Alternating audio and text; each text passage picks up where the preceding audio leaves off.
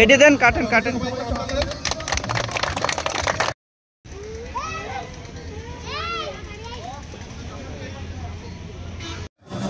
যশোরের ঝিকরগাছা উপজেলার Navaran Akij college and school মাঠ। যশোরের ঝিকরগাছা উপজেলার Navaran Akij college and school মাঠে সুমি মোটরস ও সুজুকি রাইডার্স ফেস্টের উদ্যোগে দিনব্যাপী নানা আয়োজন অনুষ্ঠিত হয়েছে।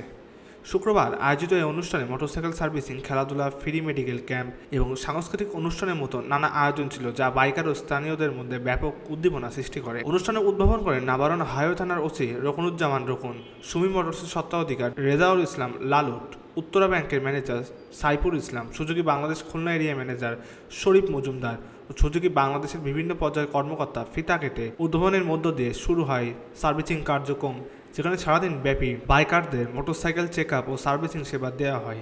এ সময় অন্যান্যদের মধ্যে উপস্থিত ছিলেন sale executive Russell Islam, account and সেলসের সাবিত হোসেন সহ শোরুমের অন্যান্য কর্মকর্তা কর্মচারীরা।